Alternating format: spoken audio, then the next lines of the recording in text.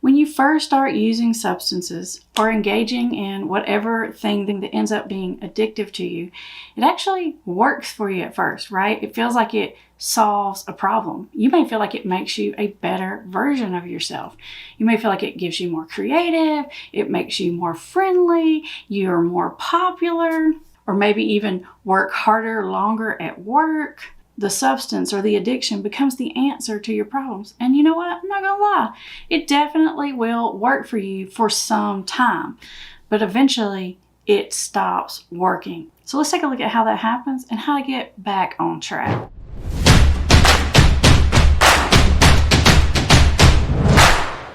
For those of you who are new here, welcome to Put the Shovel Down. I'm Amber Hollingsworth, and this YouTube channel is designed to help you understand the science and psychology of addiction from every single angle.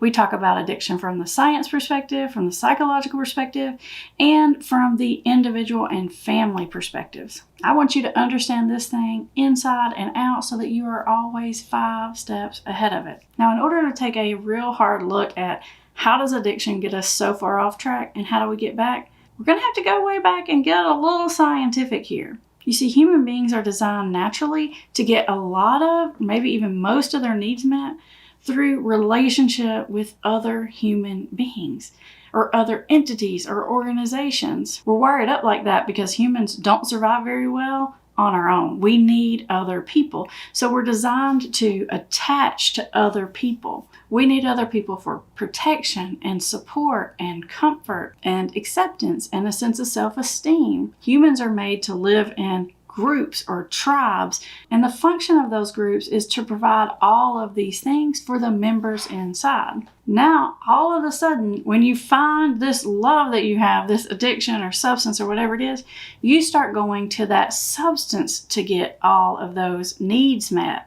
And then, which is what starts a complete breakdown of everything. Because as you continue to go to the addictive thing to get your needs met, it becomes less and less and less effective.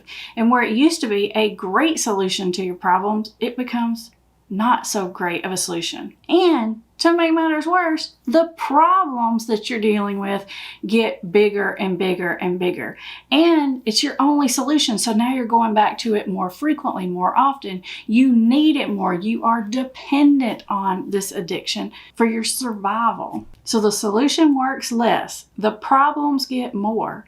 And let's just make matters even a slight bit more complicated, as if that weren't bad enough, right? Now, when you take a look at the people around you, the people in your tribe, the people in your group that were initially designed to help meet those needs for you, you're not going to them anymore, at least not in the same way. And they start to notice that. They feel you detaching from them and getting distant from them.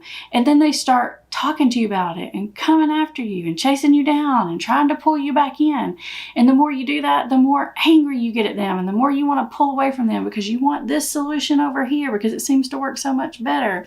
And the more you do that, the more you burn bridges with your family, your friends, your loved ones, your community. At best, you're emotionally pushing them away. And at worst, you're doing some major things to cause big problems in those relationships. And sometimes we even burn those bridges for good. And to be honest, that's the tragedy of the whole situation, because it is the people, the group, the tribe, the loved ones that have the ability and the power to heal you back to yourself. You see, connection is the opposite of addiction. And somewhere along the way, we lost our connection with our people and our loved ones, and we went over here and we connected to this substance. But the problem is, it's like a bad relationship. Now you've got yourself completely connected and isolated, you and your relationship with this substance, but it's an abusive relationship, right?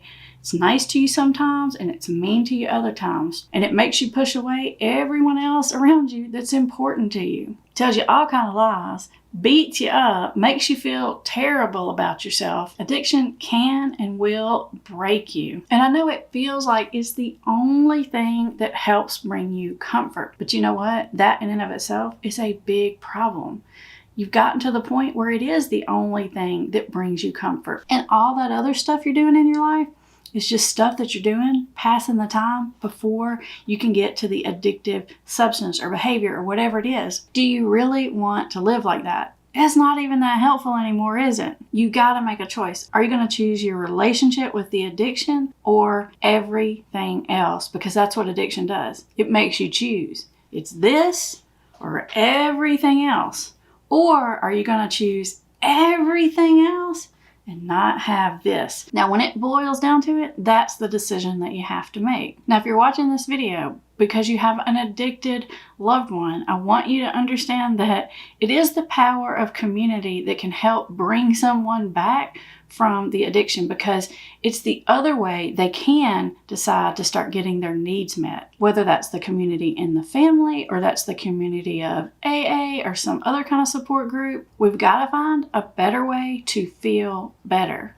Now, beating your loved one up and making them feel terrible about themselves isn't helping them get better. In fact, it's just pushing them closer and closer and closer to the addiction. Now, if you or a loved one is struggling and you're caught in this process, make sure that you check out the link in the description to our free resources. There are tons of resources there that can help you figure out how do you turn yourself out of this terrible process. And up next, I want you to watch this video on addiction and attachment, because it takes an even deeper dive into what I'm telling you now so you can understand it even better.